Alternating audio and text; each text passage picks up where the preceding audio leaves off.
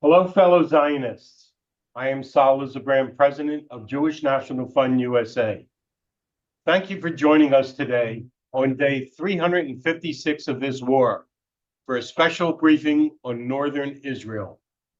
As leaders of Jewish National Fund USA, you know that our mission is supporting Northern Israel and Southern Israel.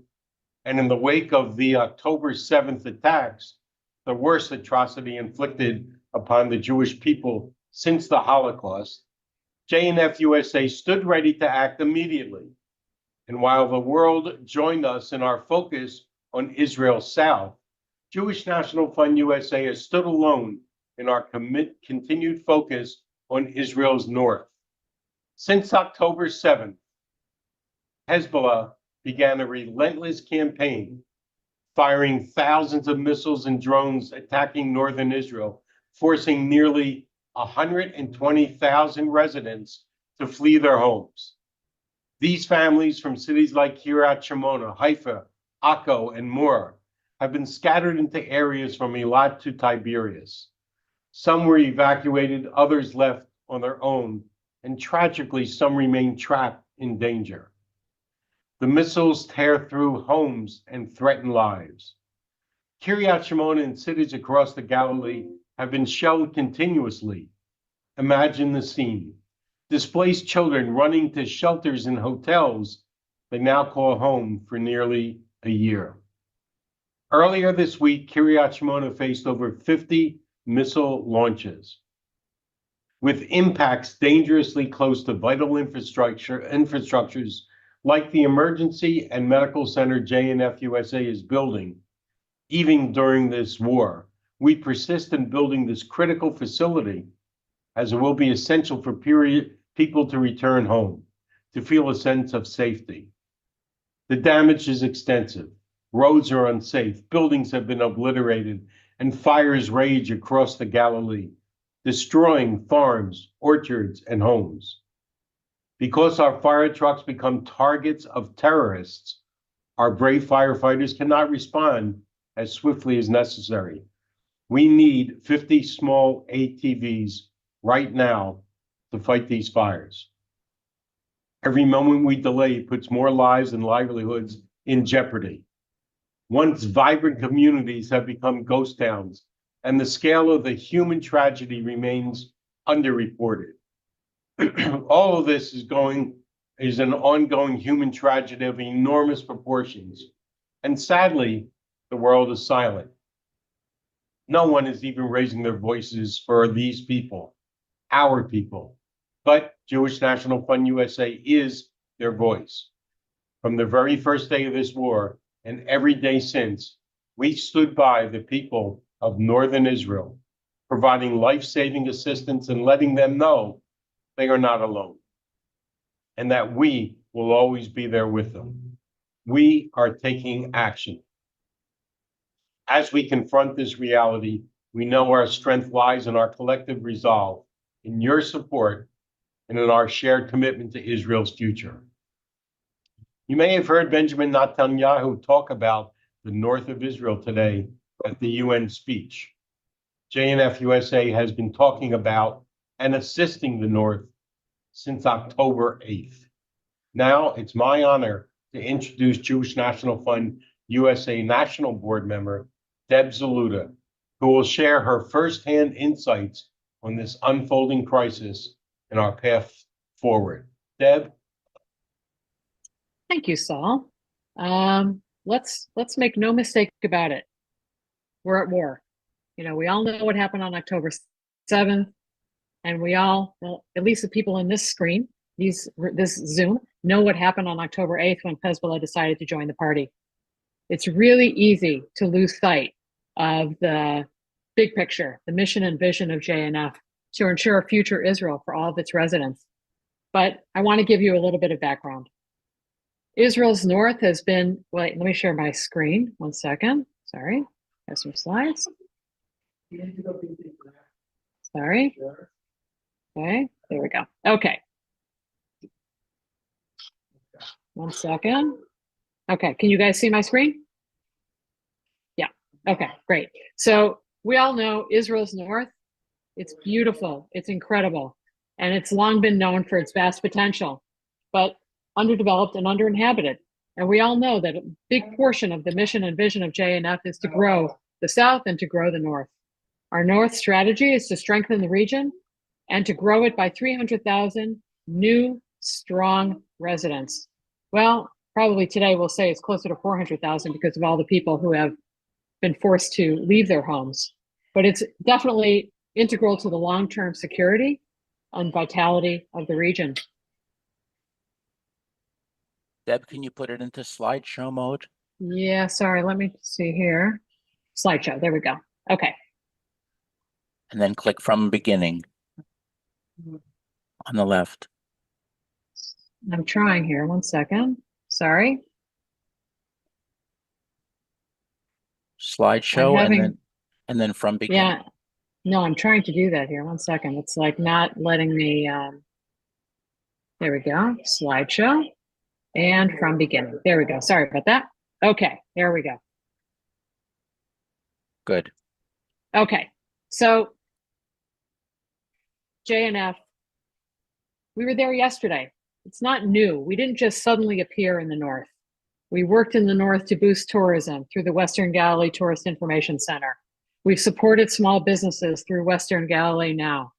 We found employment opportunities through the Louder Employment Center. We started in the South and we brought that program to the North. Housing sites, Housing Development Fund is building housing sites throughout the North. Building a medical center in Kiryat Shmona that you've heard about. Saul mentioned it, that we're still building. We'll talk about that in a moment.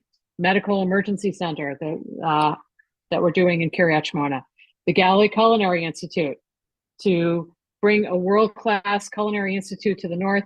And it's not just about a culinary institute. It's about bringing jobs.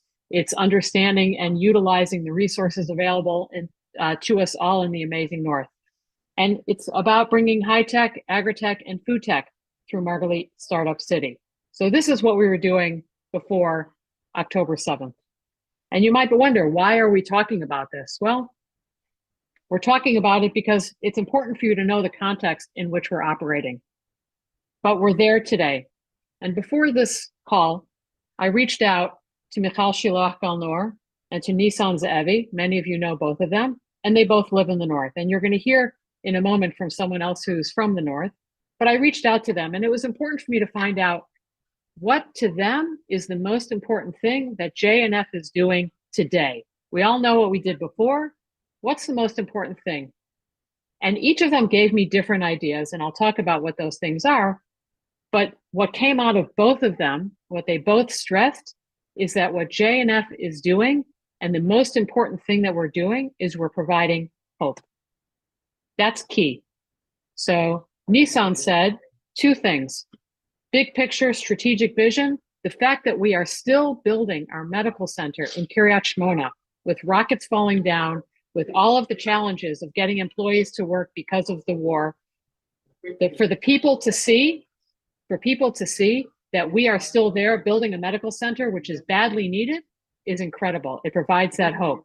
That we're there still building the Galilee Culinary Institute, again, knowing that there's shortages of employees, knowing that we're not sure when we're going to open the school, but we're there because we have the hope for the future. So this is number one. And what are we doing today? Well, we're providing emergency services, knowing that we're providing what's needed. Saul mentioned the trucks and ATVs that are required in order to fight the fires because of the rockets that are falling down. So we're providing emergency service today.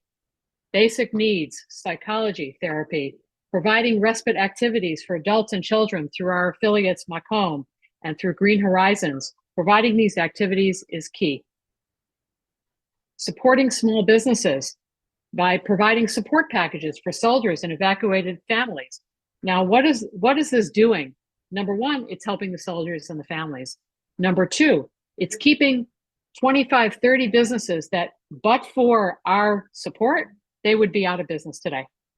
But it's more than just saying, hey, we want your goods to put in these packages. We're working with these business owners and we're working with them to help them. How do you package? How do you market yourselves? How do you provide the things that are required in order for you to stay afloat? How can we look toward the future? these are the things that Michal was also mentioning, that working with these businesses is absolutely, positively essential for moving forward. And this is the work that we're doing today. Bomb shelters. Well, before all of this happened, it was an issue. The dearth of bomb shelters in the north was incredible. And it's not because we at JNF didn't want to put these bomb shelters there, but we can't just decide, oh, we're going to put shelters in the north. We have to work with the governmental agencies. And finally, I guess they determined, yeah, in fact, bomb shelters are required. Now, in these slides, you're seeing a shelter, and that shelter is in Cleo. It happens to be where Michal lives. It's one of the 150 shelters that we've put up. And initially, we thought to ourselves, well, let's just get the shelters up. It doesn't matter if they're painted. And Michal shared with me that they brought in a graffiti artist to paint the shelters in Cleo. And the amount of hope and solidarity that came because of the shelters and because of the painting of the shelters, it can't be underestimated. So it's really important again, it was that word hope. And that's the most important thing that we're doing today. Obviously, we're doing the work, but the hope that goes along with the work is incredible. 150 shelters has already been put in, 40 more are on the way. But now we need to look at what's going to happen tomorrow. You know, we used to say, we don't know if we're before or if we're during. I think it's pretty clear now that we're during, but we still have to look to tomorrow. And again, it's that hope. So we're now planning and working on putting emergency response centers throughout the north. I don't recall the number, but the reality is that we're working with the municipalities and the regional councils to determine where they're best to be situated to ensure that the north remains safe. We are completing the medical center. And my guess is this is not going to be the only one, but we're starting in Kiryat Shmona. The work continues and we'll get it done. We'll get it completed and it'll be available for the people of the north so they don't have to go far when they need those medical services.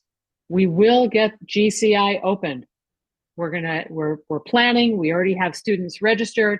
We're continuing to register more students, and we're looking about how we can get it started and what partnerships we can create to take the most advantage of the resources available to the north. And again, we're going to get it open, and this is providing hope for the future.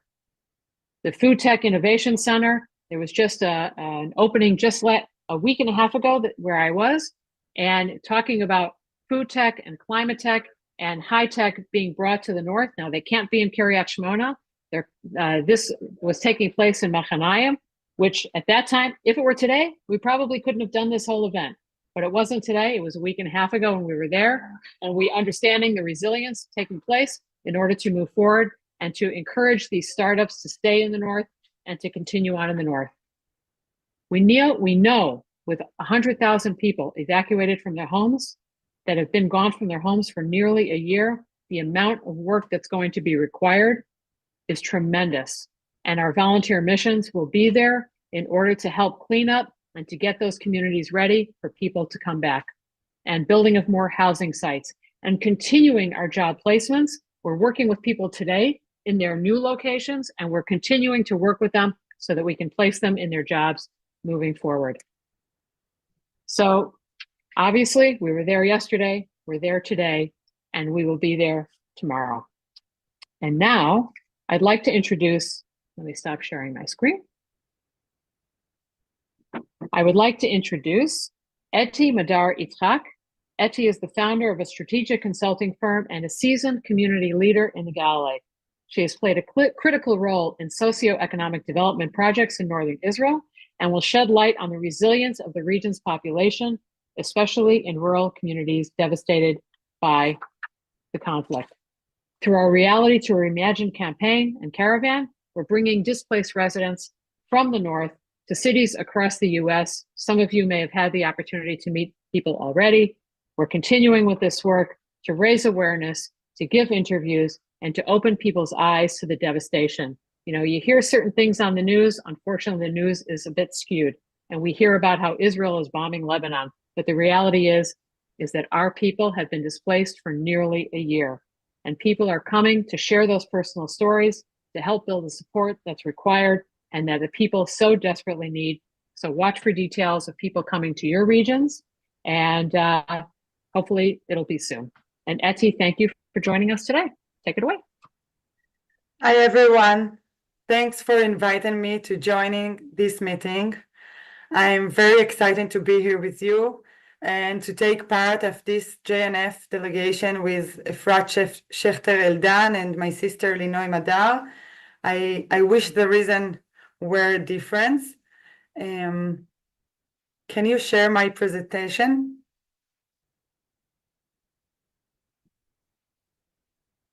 Thank you. So my name is Etty Madar Yitzhak. I was born in Kiryat Shmona, a small but very important city in the center of the Upper Galilee. I was raised in Metula, the northest village of the border with Lebanon. And in the last 8 years, I live in Kibbutz Neot Mordechai with my family, my husband, Itai, as you can see in a minute, and with my, here in front of us, and with my kids, 2 kids, Dor, 7.5 years old, and Gal, 3 years old. All those villages that you know, as you can know, Kiryat Shmona, Metula, Neot Mordechai, are in the Galilee, which means that the Galilee is my childhood view, and I'm here today because I want to do whatever I can to make sure that the Galilee will be the future of my kids. Those amazing people beside are my parents, David and Mazal. Their families came to Israel with nothing, from Syria and Tunisia. Their picture is here beside my kids to show that everything that I do is because I remember where I came from, my roots, and to who I committed to the next generation. In the last 10 years, I worked hard to reduce the gaps between center of Israel and the north, and I worked with diverse people and communities and managed leadership program to make our communities in the Galilee work together and raise our area. I have to say, until October 6, I'm feeling that was good things are happening. A lot of students will come to Tel Chai Academics, hopefully soon to become university. A lot of startups, as you said, that focus on food tech and agrotech established in Kiryat Shmona. A lot of families came from the center and to live in Galilee during COVID-19 because they wanted to enjoy nature and quiet. And this is how it looked like. Wait.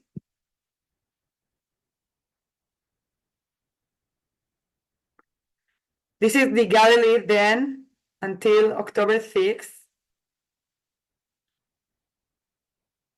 And this is now.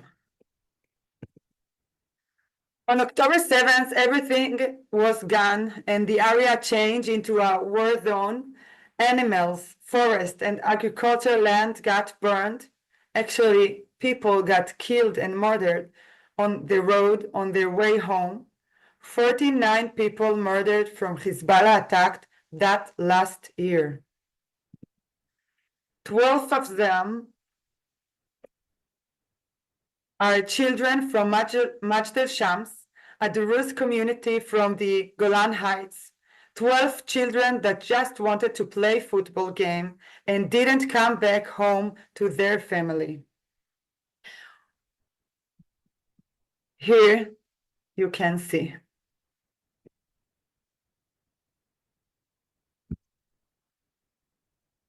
We all saw what Hamas did in the south of October 7th, invaded Israeli, kidnapped civilians, burned babies, and murdered people.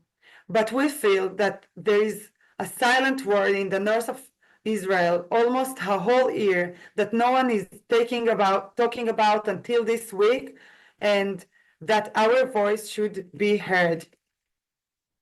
The world needs to understand that On October 8th, like you said, Hezbollah chose to join Hamas and started shooting us, and everyone was sure that it's a matter of time until Hezbollah invade the north of Israel as well.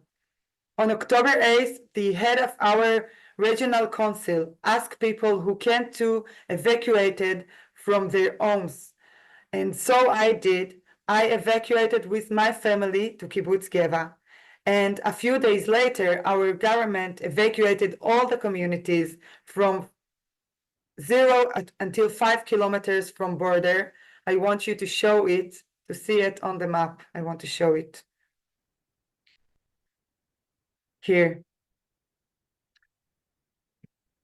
If you make a zoom out and we look on that map, we can see that all this red line on the border from east to west, all that villages and cities are evacuated by the state.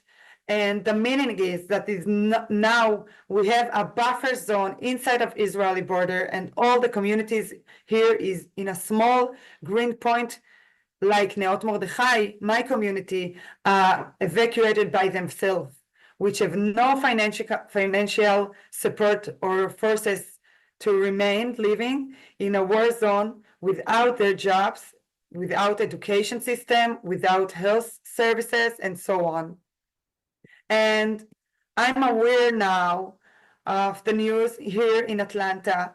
I heard about the hurricane, and I understand that people buy more food, schools are closed and stores are closed too. There's a lot of stress outside, but we all know that it is only a few hours and it's gone. Imagine your life in the same situation, not for a week, not for a month. Imagine your life like this for 12 months, almost one whole year. Like I told you before, I choose to evacuate it by myself. I want you to see my husband. This is the non-evacuated kindergarten kids in Neot Mordechai. And this is how all the communities separate in other communities, other cities in Israel. This is my neighborhood from Metula, the place that I grew up, and this is how it's looked like. 75% of the houses are not exist anymore. And I want to talk about me a little bit. My husband got to reserve the army in Gaza for 6 months. I stand behind with our 2 kids alone, without any education system for almost 2 months, without our friends, and even without my work, because all my projects were in the Galilee and they stopped immediately. I stay far away from my community with a lot of guilt, because even that I have the skills, the passion, the knowledge to help them, I cannot do so. I am a mom. I must protect my kids. One day I feel like I have no power to be with them, and I called to Menachem, Orthodox friends of mine, and I told him that I have no power to be with my kids and I don't know what to do. And he told me, raise children in our world, especially in Israel, especially those days, it's a mission.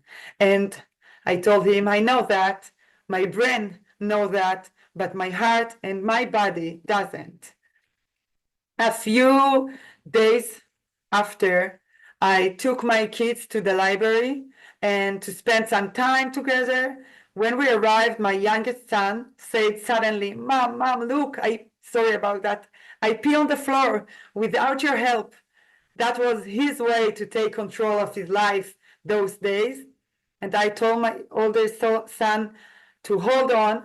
I will clean it. I will be back to him. But he got a tantrum and anxiety attacked, something that never happens before the war. It all started a few days after I told my eldest son that his best friend from school lost his dad in the war in Gaza. I will never forget this moment. I lost my mind. I didn't know what to do first, who needs me more. But that moment make me understand something. It's make me understand that on October 7th, all my card in the game of life, card that my parents and I work very hard to get, they were brutally taken away from me.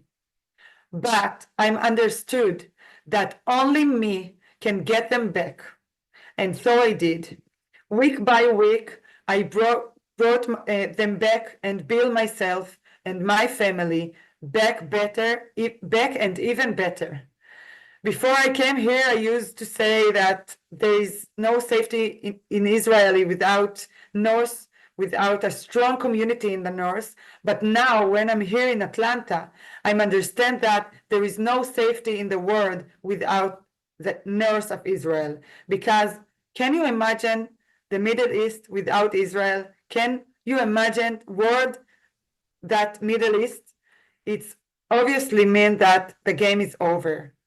There was a lot of moments that broke my heart this year, but also some moments, and especially people that were light of candle in my dark world, and a lot of people that make me feel hope again.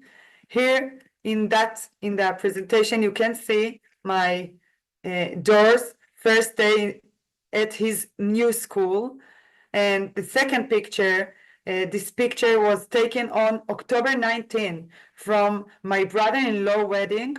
On October 7th, my husband and my brother-in-law and my sister-in-law went, three of them, to reserve the army, while his father's on his agriculture on the border in Margaliot.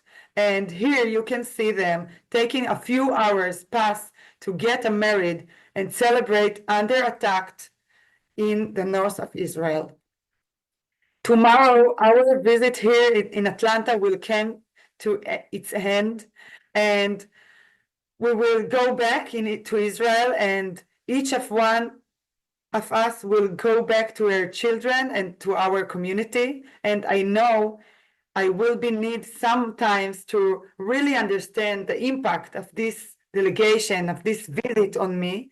But there is a meaningful thought that I want to share with you right now.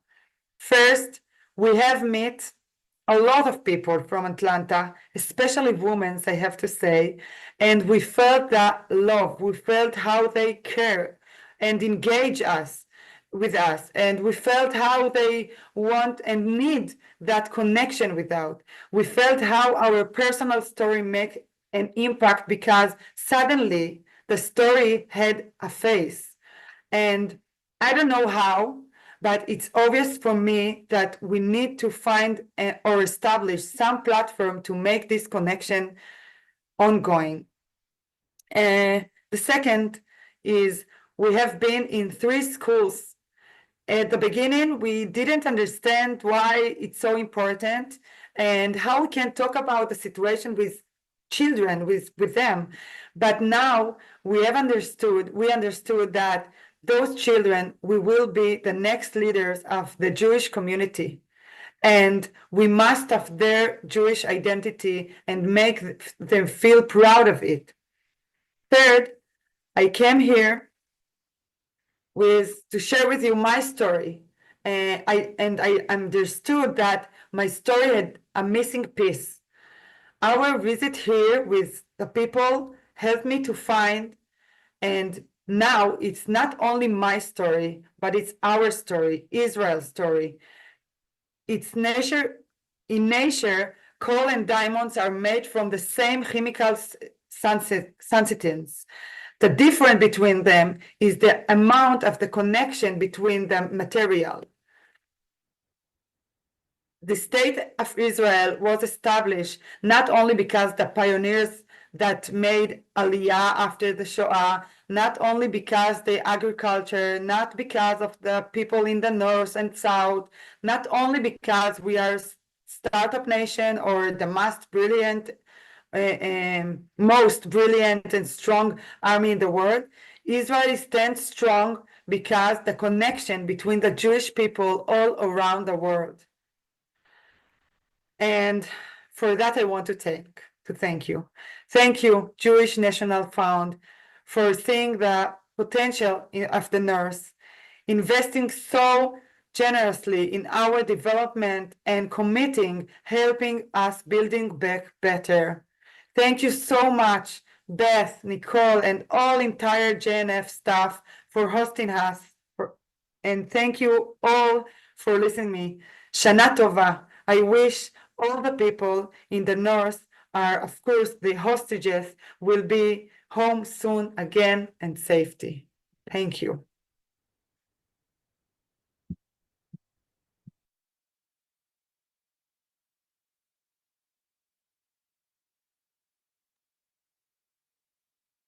Gary, will you be able to? Okay, there we go. Yeah, we got it. There we go.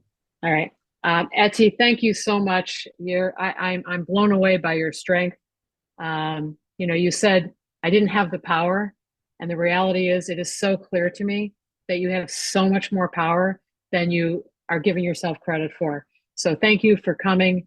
I can't even imagine how hard it must have been to leave your kids back in Israel, but you understand the importance of what you're doing. And I thank you from the bottom of my heart and on behalf of JNF for coming and speaking to us.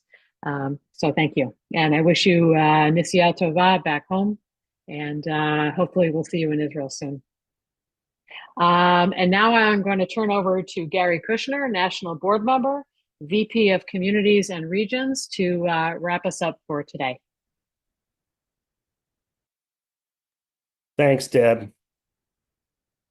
Friends, it has been nearly 1 year since the most horrific day for the Jewish people since the Holocaust. 1 year ago, we could never have imagined that we'd still be at war.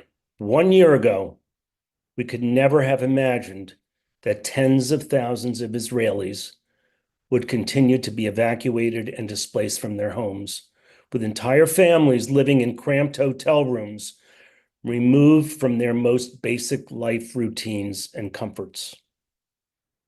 1 year ago, our community came together like never before to support the land and people of Israel through Jewish National Fund USA, including more than 40,000 people who made a first-time gift to support our critical work for the Otef, Hebrew for envelope, and the people of the Upper Galilee. My message to you today and our call to action must be not to let the passion ebb. As leaders of Jewish National Fund USA, it is imperative we use our voice to remind people that we are still in the middle of this crisis. And it is Jewish National Fund USA standing shoulder to shoulder with our brothers and sisters of the Galilee who are displaced. But it is also Jewish National Fund USA who gives them hope that there will be a tomorrow, and we are their partners to help them return home. Earlier this week, the Times of Israel published a short story of Jewish National Fund USA's support of Northern Israel. We must use this as our script to communicate with the public. We're posting a link to that article in the chat now, and I implore you, please download the article and use it as a template to communicate with others about our work. Please forward it to friends and family. Next, as I believe you know, our fiscal year begins October 1. On the eve of Erev Rosh Hashanah, the Jewish New Year, we begin our 2025 campaign year. Please contact your JNF professional partner and make your pledge now for 2025. The first quarter of our campaign we call Leadership Leads, where we strongly encourage everyone serving on boards, task forces, committees to lead the way for the community. By making your gift now, you have the moral authority to say to others, join me, join us in supporting the people of Israel during these difficult times. Finally, Let your JNF professional know that you will gladly call 5 members of the community to ask for their support for our fundraising campaign. Each JNF region has already prepared a list of past donors who may be ready to make their gift now. These are easy calls to make. These are donors who give to JNF annually. They just need a call from a JNF leader like each of us to thank them for their past support and ask them once again to help the land and people of Israel. So that's it. My call to action is threefold. Read the article from Times of Israel and use it as a speaking template. Make your commitment now for the 2025 campaign year and take 5 names and ask others in your community to join you in supporting the land and people of Israel. On behalf of all of us at JNF-USA, I wish you a Shana Tova. May we see all of Israel's soldiers and all of the hostages returned home safely and swiftly. Am Yisrael Chai.